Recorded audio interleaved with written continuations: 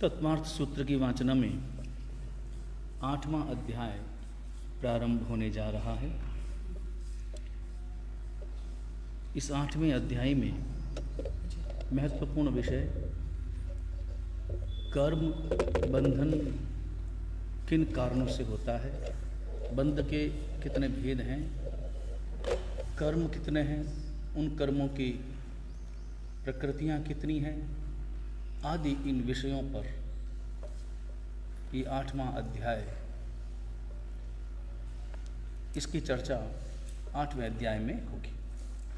इस 8वें अध्याय का पहला सूत्र है मिथ्या दर्शन विरति प्रमाद कषाय योगा बंध हेतवः। मिथ्या दर्शन, अविरति, प्रमाद, कषाय और योग ये बंध के हेतु हैं, यानी इनसे कर्म बंध होता है। ये 5 मिथ्या दर्शन, अविरति, प्रमाद, कषाय और योग। मिथ्या दर्शन, इनका पहले अर्थ समझ लें। मिथ्या दर्शन का अर्थ होता है मिथ्यात्व, झूठी श्रद्धा, गलत श्रद्धा।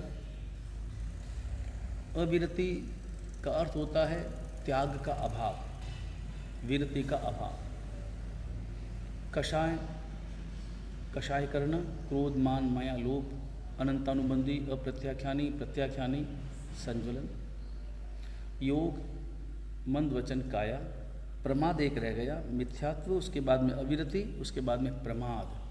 प्रमाद करना, प्रमाद की जो भेद है वो आगे बताएंगे, तब प्रमाद का जो अर्थ है वो स्पष्ट होगा।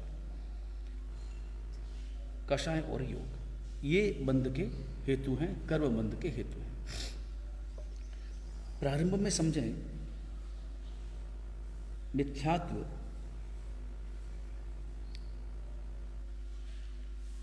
प्रथम गुणस्थानक मिथ्यात्व है। जब चौथा गुणस्थानक कोई आत्मा प्राप्त करता है तो मिथ्यात्व का विसर्जन हो जाता है। क्रमशः इन 5 का विसर्जन करना यही मोक्ष है। क्रमशः इन 5 का मिथ्यात्व, अविरति, प्रमाद, कषाय और योग, इनका विसर्जन करना यही मोक्ष है। चतुर्थ गुणस्थानक में जब छलांग लगती है, पहले से चौथे में जब छलांग लगती है, उस प्रकार के शुद्ध अध्यवसायों के द्वारा और परिणाम स्वरूप सम्यक दर्शन प्राप्त होता है तो मिथ्यात्व को विदाई मिलती है। उसके बाद में जब आत्मा छठे गुणस्थानक में 5वें गुणस्थानक का स्पर्श करता है, छठे में, तब अविरति का विसर्जन हो जाता है। उसके बाद में जब 7वें गुणस्थानक में आत्मा प्रवेश करता है तो प्रमाद का भी विसर्जन हो जाता है।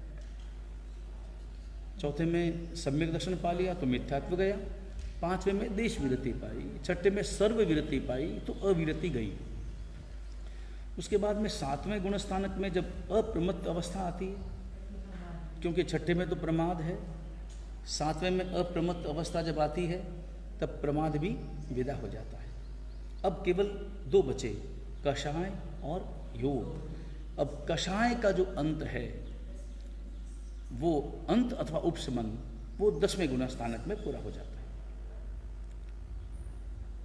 कषाय समाप्त होता है, थोड़ा सा मोह का उपशमन रहता है, उपशम रहता है तो 11वें गुणस्थानक को प्राप्त करता है, अन्यथा 12वें गुणस्थानक में पहुंचकर फिर संपूर्ण रूप से कषाय का क्षय कर लेता है और परिणाम स्वरूप केवल ज्ञान प्राप्त कर लेता है। तो 13वें गुणस्थानक में क्या है? केवल योग। मिथ्यात्व गया, अविरति गई, कषाय गया, प्रमाद गया, कषाय गया, अब केवल योग बचा और 14वें गुणस्थानक में योग भी विदा हो जाता है, मोक्ष प्राप्त हो जाता है। यूं देखा जाए तो एक कषाय, इनमें सब का समावेश हो जाता है एक कषाय में। कैसे? कषाय के जो 4 भेद हैं, कषाय के 4 भेद कौन से? अनंतानुबंधी, अप्रत्याख्यानी, प्रत्याख्यानी और संज्ञा। मिथ्यात्व जो है वो अनंतानुबंधी कषाय का परिणाम है। अविरति जो है वो अप्रत्याख्यानी कषाय का परिणाम है। प्रमाद जो है ये हो गया। उसके बाद में अविरति अप्रत्याख्यानी और प्रत्याख्यानी कषाय का, अप्रत्याख्यानी और प्रत्याख्यानी दोनों कषाय का परिणाम है। और उसके बाद में प्रमाद जो है वो संज्वलन कषाय का परिणाम है। बराबर। अब ये मिथ्यात्व के 5 भेद हैं। आभिग्रहिक मिथ्यात्व, अनाभिग्रहिक मिथ्यात्व, आभिनिवेशिक मिथ्यात्व, सांशयिक मिथ्यात्व और उसके बाद में 5वां है अनाभोगिक मिथ्यात्व। अब आभिग्रहिक मिथ्यात्व, इन मिथ्यात्वों का वर्णन करें उसके पहले ये विचार कर सकते हैं कि वर्तमान में ये जो 5 है ना, मिथ्यात्व, अविरति, प्रमाद, कषाय और योग, इन 5 में से हमने कितने विदा कर दिए हैं या कितने विदा कर सकते हैं। कोई भी आत्मा वर्तमान में, साधु हो, श्रावक हो, कोई भी हो, वह आत्मा इस पंचम काल में वर्तमान में इन 5 में से कितनों को विदा कर सकता है? कितनों को विदा कर सकता है? मिथ्यात्व को विदा कर सकता है, अविरति को विदा कर सकता है और प्रमाद को भी विदा कर सकता है। वर्तमान में ऐसी संभावना है, ऐसा हम कर सकते हैं। नहीं करते हैं वो हमारा प्रमाद ही समझना चाहिए, क्योंकि जब प्रमाद ही विदा हो जाएगा तो बचेंगे केवल कषाय और योग। और हकीकत में देखा जाए तो कषाय और योग यही कर्म बंधन के मुख्य निमित्त हैं, क्योंकि कषाय में इन तीनों की अवस्था आ गई, मिथ्यात्व की भी आ गई, अविरति की भी आ गई और प्रमाद की भी आ गई। जब जो ही अनंतानुबंधी करते हैं तो मिथ्यात्व आ जाता है, अप्रत्याख्यानी अथवा प्रत्याख्यानी कषाय करते हैं अविरति आ जाती है, और संज्वलन करते हैं तो प्रमाद आ जाता है। मिथ्यात्व के 5 भेद। पहला है आभिग्रहिक भेद। अभिग्रह शब्द का अर्थ होता है पकड़ना, ग्रह यानी ग्रहण करना, अभिग्रह यानी मजबूती से पकड़ना। मजबूती से पकड़ना, इसका अर्थ ये हुआ कि मुझे जो दर्शन अच्छा लगा, जो तत्व अच्छा लगा या जो भी मेरे मन में आ गया उसको मैंने पकड़ लिया बस, और उसको छोड़ना ही नहीं, मजबूती से उसे पकड़ कर रखना और ये मान लेना यही सत्य है। असत्य को सत्य मान लेना, असत्य को ही सत्य मान लेना, यह है आभिग्रहिक मिथ्यात्व। बराबर, समझ में आ गया। दूसरा है अनाभिग्रहिक मिथ्यात्व। अनाभिग्रहिक मिथ्यात्व का अर्थ है कोई पकड़ नहीं है, अभिग्रह नहीं है, किसी प्रकार का उसके हृदय में दृढ़ता जो उसने मान रखा है बस यही दृढ़ है, ऐसा नहीं है, बल्कि वो मानता है सभी दर्शन सही है, ये भी सही, वो भी सही, जैन दर्शन भी सही, बौद्ध दर्शन भी सही, नास्तिक भी सही, सब सही है। इस प्रकार की जो मान्यता है वो मान्यता अनाभिग्रहिक मिथ्यात्व है। तीसरा है आभिनिवेशिक मिथ्यात्व। अभिनिवेशिक मिथ्यात्व, अभिनिवेश का मतलब है मजबूती से और पकड़ना। अभिग्रहिक की अपेक्षा भी इसमें ज्यादा पकड़ है और ज्यादा मजबूती है, एकदम खतरनाक रूप से मजबूती है।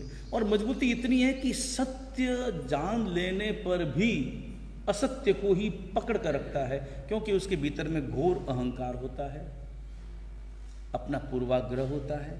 परिणाम स्वरूप जिस असत्य को उसने स्वीकार किया है, सत्य जान लेने पर भी, यह जान लेने पर भी कि ये असत्य है, फिर भी वह अपने अहंकार के कारण उसे छोड़ नहीं पाता, छोड़ता नहीं। वो है आभिनिवेशिक मिथ्यात्व। बराबर, हृदय से वो स्वीकार भी कर लेता है, हृदय से, मगर पकड़ उसकी वही रहती, छोड़ता नहीं है।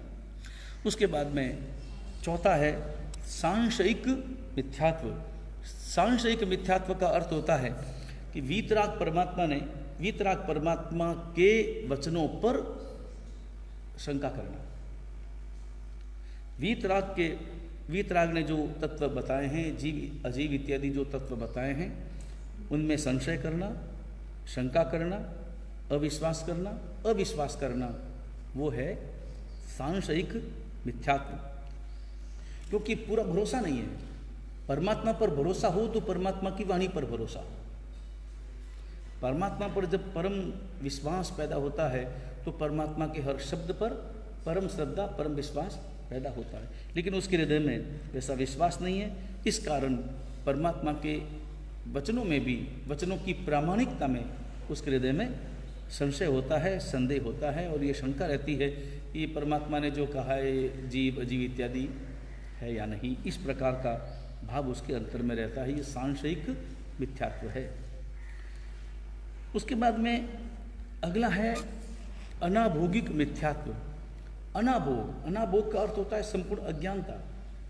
अज्ञानता के कारण से जो तत्वों के प्रति जो अश्रद्धा पैदा होती है, अश्रद्धा और श्रद्धा का अभाव, इस प्रकार या विपरीत श्रद्धा जो पैदा होती है वह है अनाभोगिक मिथ्यात्व। इस अनाभोगिक मिथ्यात्व में जो मूल कारण है वो मूल कारण है उसकी समझ शक्ति का अभाव, अज्ञान।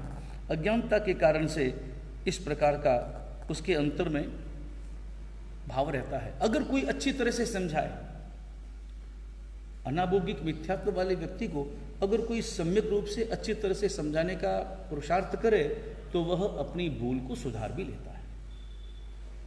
अनाभोगिक मिथ्यात्व में भी पकड़ नहीं है, लेकिन वह अज्ञानता के कारण से अंतर में अश्रद्धा का भाव, श्रद्धा का अभाव उसके भीतर में रहता है। क्योंकि अश्रद्धा के भी दो अर्थ कर सकते हैं, एक तो विपरीत श्रद्धा और एक श्रद्धा का अभाव। विपरीत श्रद्धा का अर्थ है विपरीत श्रद्धा यानी अन्य पर श्रद्धा, सही तत्व पर नहीं, अन्यत्र श्रद्धा होना, असत्य पर श्रद्धा होना। और श्रद्धा का अभाव का अर्थ होता है कि श्रद्धा उसके हृदय में बिल्कुल भी नहीं है। तो ये 5 प्रकार के मिथ्यात्व हैं। अब यहाँ पर प्रश्न हो सकता है कि सम्यक दर्शन का अतिचार है शंका, तो शंका को मिथ्यात्व कैसे कह सकते हैं? अतिचार जो लगता है, अतिचार में व्रत भंग नहीं है,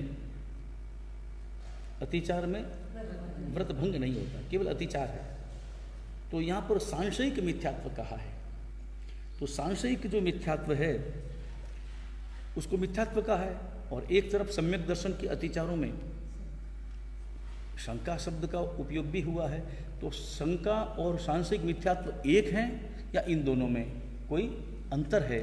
तो यहाँ पर बताते हैं कि अंतर इतना है कि देखो, शंका और सांशयिक मिथ्यात्व में अंतर ये है कि सांशयिक मिथ्यात्व से ग्रस्त जो आत्मा है वह वीतराग परमात्मा पर ही अश्रद्धा करता है। तो परमात्मा के वचनों पर तो अश्रद्धा होनी, जबकि शंका वाला जो है उसके हृदय में शंका होती है, मगर किस कारण?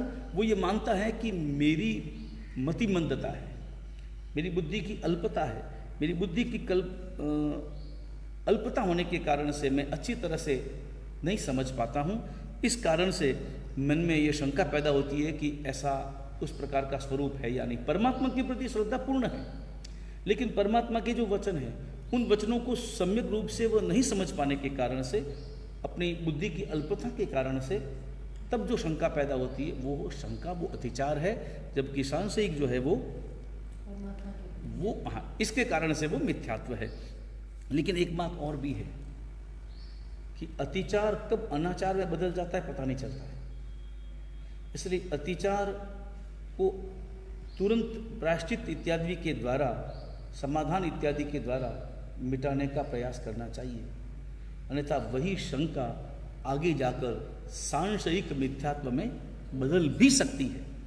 क्योंकि जब परमात्मा के वचनों पर थोड़ी सी अश्रद्धा आती है और वह अश्रद्धा ज्यों ज्यों गाढ़ बनती है, प्रगाढ़ बनती है, त्यों त्यों उसे धीरे धीरे परमात्मा के प्रति भी अश्रद्धा पैदा होनी शुरू हो जाती है। जब उनके वचन सही नहीं हैं तो परमात्मा फिर कैसे सही होंगे, वो क्या केवली होंगे। इस प्रकार के विचार हृदय में अगर आते हैं तो सांशयिक मिथ्यात्व जन्म लेता है। इसलिए बहुत सावधान रहने की अपेक्षा है, क्योंकि शंकाएं तो हमारे अंतर में कदम कदम पर पैदा होती हैं, क्योंकि पंचम काल है, बुद्धि की अल्पता है, और अल्प बुद्धि में अहंकार अधिक बुद्धि वाला है।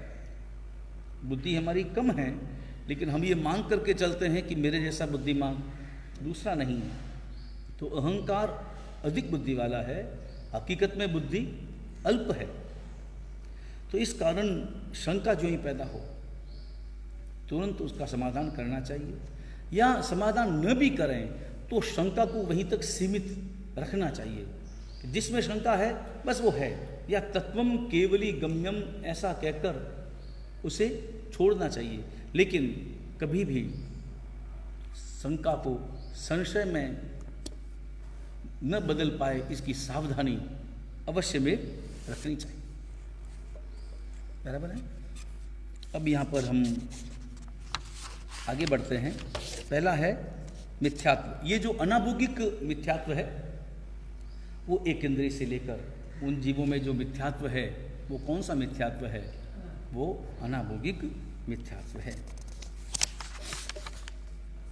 उसके बाद में दूसरा है अविरति, कर्म बंध का हेतु दूसरा है अविरति। अविरति का अर्थ होता है विरति का अभाव। विरति यानी त्याग। जो पाप हैं, जो पाप कर्म हैं, हिंसा इत्यादि जो पाप हैं, उनसे निवृत्त होना विरति है, और उन पापों से निवृत्त नहीं होना वो अविरति है। तो ये अविरति जो है वह कर्म बंध का हेतु है। तीसरा है प्रमाद। प्रमाद का अर्थ होता है, सीधा सा अर्थ है प्रमाद का भूल जाना, और भूल जाने के साथ साथ हमारे हृदय में उल्लास का अभाव, उत्साह का अभाव। शक्ति होने पर भी, शक्ति है, क्षमता है, शरीर की क्षमता है, मगर फिर भी जैसे बैठे बैठे प्रतिक्रमण करना है, बैठे बैठे क्षमा समय देना है, शक्ति होने पर भी अपनी शक्ति का उपयोग नहीं करना, ये भी अपने आप में क्या है? प्रमाद ही है। इसी प्रकार आर्त ध्यान करना, रौद्र ध्यान करना भी प्रमाद की श्रेणी में ही आता है।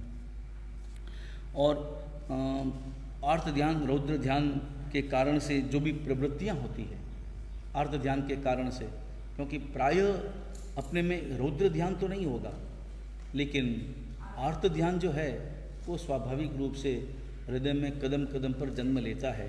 क्योंकि जब जब हम शरीर और शरीर से जुड़े साधनों के प्रति हमारा मन बहता है, घूमता है, त्यों त्यों हमारे हृदय में आर्त ध्यान जन्म लेता है।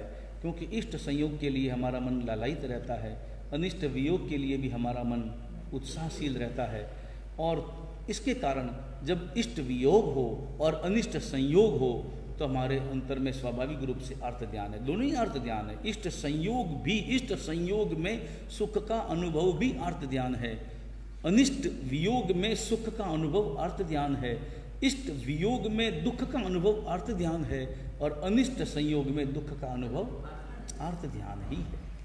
इसलिए अर्थ ध्यान, रौद्र ध्यान ये चलते हैं। इनकी व्याख्या, अर्थ ध्यान क्या है, इनके भेद क्या हैं, रौद्र ध्यान, धर्म ध्यान, शुक्ल ध्यान, ये जो 4 प्रकार के ध्यान हैं, इनकी व्याख्या 9वें अध्याय में होगी। इसके साथ साथ ये जो प्रमाद है, तो प्रमाद के अपने शास्त्रों में 5 भेद अथवा 8 भेद प्रमाद के बताए गए हैं। जो 5 भेद है उनमें पहला है मद। मद करना, मद के 2 अर्थ भी हो सकते हैं। एक मद करना यानी थोड़ा सा मद करना, अपने हृदय में वो मस्ती का, उस प्रकार का मदमस्त हो जाना करते हैं, वो अर्थ। और दूसरा है मादक आहार ग्रहण करना और उसका परिणाम। मादक आहार का जो परिणाम आएगा, शराब इत्यादि कोई ग्रहण करते हैं तो उसका परिणाम जो उपस्थित होता है वो। और उसके बाद में दूसरा है इंद्रियों के विषय, 5 विषय, वो भी प्रमाद है। 5 जो विषय है, 5 इंद्रियों के 23 विषय, वो प्रमाद है। उसके बाद में कषाय, कषाय भी प्रमाद है। क्रोध, मान, माया, लोभ, ये जो 4 कषाय हैं वो प्रमाद है। उसके बाद में निद्रा, निद्रा ग्रहण करना, दर्शनावणी कर्म के उदय के परिणाम स्वरूप निद्रा लेना। और उसके बाद में विकता, ये 5 प्रमाद है। ऐसे शास्त्रों में वर्णन उपलब्ध होता है। मद, विषय, कषाय, निद्रा और विकता। विकता यानी धर्म कथा से अतिरिक्त जो कथाएं हैं, जिनमें स्त्री कथा और इस स्त्री कथा के बाद में भोजन कथा, देश कथा, राज कथा, ये कथाएं, इस प्रकार की कथा करना अधिकतर समय कभी ऐसा तो नहीं है कि इन कथाओं में हमारा व्यतीत होता हो, क्योंकि भोजन कथा में भी काफ़ी समय व्यतीत हो जाता है। आज भोजन कैसा रहा, कैसा नहीं रहा, उसकी विवेचना, और इसके साथ साथ किसी की रूप इत्यादि की विवेचना, देश राजकथा इत्यादि की विवेचना, भारत देश चाइना के साथ में क्या हो रहा है, वो सारी बातें, और राजकथा, राजा कैसा है, वर्तमान में प्रधानमंत्री कैसे हैं इत्यादि, ये सारी जो इस प्रकार की विवेचनाएं हैं, वो विवेचनाएं विकथा कहलाती है। और ये विकता जो है वो क्या है, प्रमाद है। इसके अलावा 8 प्रकार के प्रमाद का भी वर्णन अपने शास्त्रों में उपलब्ध होता है। वो है अज्ञान, संशय, मिथ्या ज्ञान, राग, द्वेष, मतिभ्रंश, अनादर और दुष्प्रणिधान। इस प्रकार ये 8 प्रकार का प्रमाद है। इसमें पहला है अज्ञान। अज्ञान भी अपने आप में प्रमाद है, क्योंकि अज्ञान के परिणाम स्वरूप ही प्रमाद करता है। अज्ञान का जब आक्रमण होता है तभी प्रमाद का भाव अंतर में उपस्थित होता है। मन को थोड़ा सावधान रखने की जरूरत है, क्योंकि मन ऐसा है कि जो प्रवृत्ति करता करता प्रमाद कर बैठता है, और मन को थोड़ा सावधान करो तो प्रमाद आने की स्थिति में भी व्यक्ति पुनः सावधान हो जाता है। इसलिए मन को थोड़ा समझाना होता है और थोड़ा परिस्थितियों से निरपेक्ष रहने का भाव अपने अंतर में जगाना होता है। परिस्थितियों के कारण से कभी कभी हमारे अंतर में प्रमाद उपस्थित होता है। कषाय भी, प्रमाद भी, ये सारी बातें परिस्थितियों के कारण से, पारस्परिक व्यवहार इत्यादि के कारण से भी हमारे अंतर में उपस्थित हो सकता है। तो ऐसे समय में हमें सावधान रहना चाहिए कि हम अपने मन को परिस्थिति सापेक्ष न बनाएं, बल्कि अपना निर्णय स्वयं करने की क्षमता का हृदय में प्रयोग करें कि ये जो परिस्थिति है, या ये जो वार्तालाप हुआ है, या ये उसका जो कथन है, या उसका जो व्यवहार है, दूसरों को जब व्यवहार है, वो व्यवहार मेरी आत्मा के लिए उपयोगी है या नहीं, तो मैं उस व्यवहार को ग्रहण करूं जो मेरी आत्मा के लिए उपयोगी होता है, तब वो अप्रमाद की स्थिति में जी पाता है। अन्यथा हमारी मुसीबत ये है कि उसने ऐसा कह दिया, उसने वैसा कह दिया, और इन्हीं बातों की चर्चाओं में हमारा मन मशगूल हो जाता है और उसी में ही पूरा समय व्यतीत हो जाता है। तो प्रमाद, एक तो अज्ञान के कारण से प्रमाद, दूसरा है संशय। संशय का अर्थ यहाँ पर शंकाएं हैं, तो शंकाओं के कारण से हमारे अंतर में प्रमाद पैदा हो सकता है। तीसरा है मिथ्या ज्ञान, झूठा ज्ञान, और राग। राग तो प्रमाद का कारण है ही। उसके बाद में द्वेष भी, जहाँ राग है वहाँ स्वाभाविक रूप से द्वेष है, क्योंकि द्वेष जो है वो राग का परिणाम है। जहाँ राग है वहाँ द्वेष आज नहीं तो कल होना ही होना है, अथवा एक के प्रति राग कई दूसरों के प्रति हमारे अंतर में द्वेष को जन्म देने में निमित्त हो जाता है।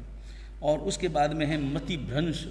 मतिभ्रंश यानी भूल जाना, ख्याल नहीं रहना, भूल जाने के कारण से भी हमारे अंतर में प्रमाद पैदा होता है। धर्म के प्रति अनादर, ये भी प्रमाद का ही एक लक्षण है।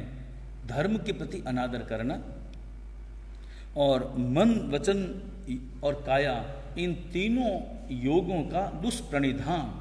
दुष्प्रणिधान का अर्थ होता है विपरीत प्रवृत्ति, अयोग्य प्रवृत्ति, मन के गलत विचार, वचन से गलत भाषा और काया से गलत प्रवृत्तियाँ, ये दुष्प्रणिधान है।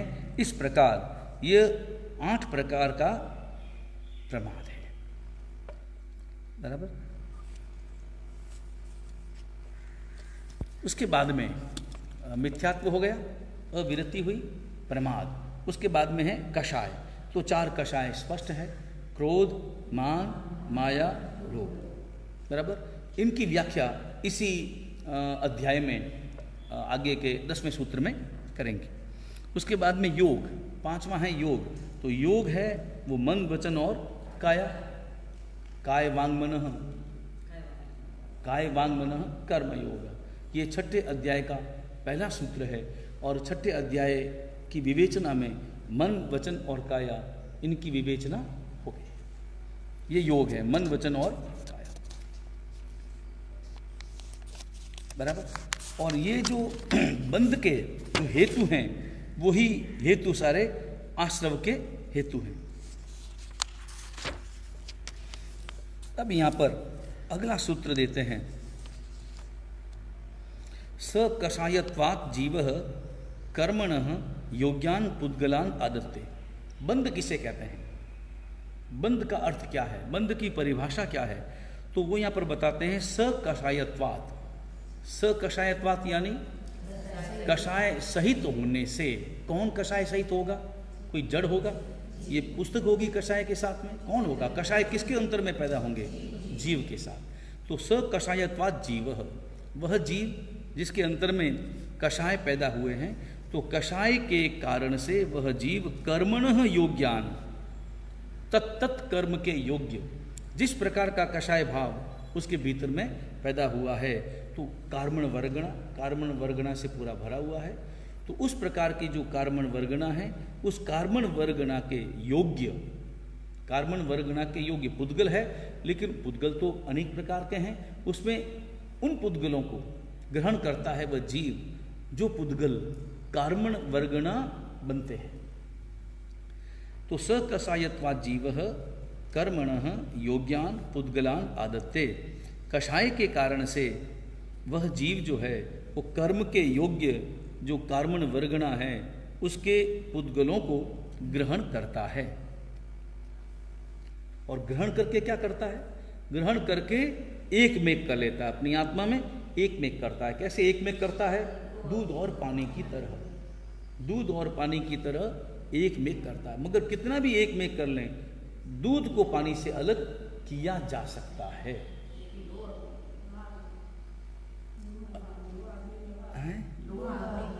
लोहा, हाँ, लोह अग्नि के समान, बराबर, लोह अग्नि के समान, एक ही, सब उदाहरण एक जैसे ही हैं। लोह अग्निवत भी एक मेघ कर लेता है। उसके बाद में अगला सूत्र है सबंध, बस वही बंध है, यानी कार्मण वर्गणा, वो जो पुद्गल हैं, कर्म हैं, उन कर्मों का आत्मा के साथ एक में हो जाना, वही बंध है। अब यहाँ पर बताते हैं कि जैसे इसको क्षीर नीरवत कह सकते हैं, लोहाग्निवत कह सकते हैं, जो एक रूप से एक में रूप का जो संबंध बनता है वही अपने आप में बंध है, बराबर। इससे ये सिद्ध हो गया सकषायत्वात्, इस एक शब्द से ये सिद्ध हुआ कि बंध का जो हेतु है, मुख्य हेतु है, वो क्या है, कषाय है। क्योंकि कषाय वही मिथ्यात्व है, वही अविरति है और वही प्रमाद है। तीनों ही उसी के रूप है। किसके रूप है, कषाय के रूप है। कषाय एक कहने से ही तीनों उसमें आ जाते हैं, मगर विस्तार से समझाने के लिए यहाँ पर इन तीनों शब्दों का प्रयोग किया गया, अलग अलग किया गया है। तो कषाय जो है वो अपने आप में बंध का हेतु है, बल्कि मुख्य हेतु है, प्रधान हेतु है, और कषाय के कारण से ही कर्मबंध होता है। ये इस दूसरे सूत्र में स्पष्ट हो गया। अब यहाँ पर बंध कितने प्रकार के हैं, अभी बंध की बात चली, सबंध वो बंध हो गया। बंध कितने प्रकार के हैं, तो बताते हैं कि बंध 4 प्रकार के हैं। अगला सूत्र है प्रकृति स्थित्यनुभाव प्रदेशास्तद्विदय। 4 प्रकार के बंध हैं, प्रकृति बंध, स्थिति बंध, अनुभाव बंध जिसे रस बंध भी कहते हैं, और प्रदेश बंध। अब इनकी जो व्याख्या है वो अपन कल की वाचना में करेंगे। वीतराग परमात्मा की आज्ञा विरुद्ध कुछ भी कहा गया हो, मिच्छामि दुक्कडम। सर्व मंगल मांगल्यम सर्व कल्याण कारणम वदानम सर्वधर्माणाम जैनम जयति शासनम।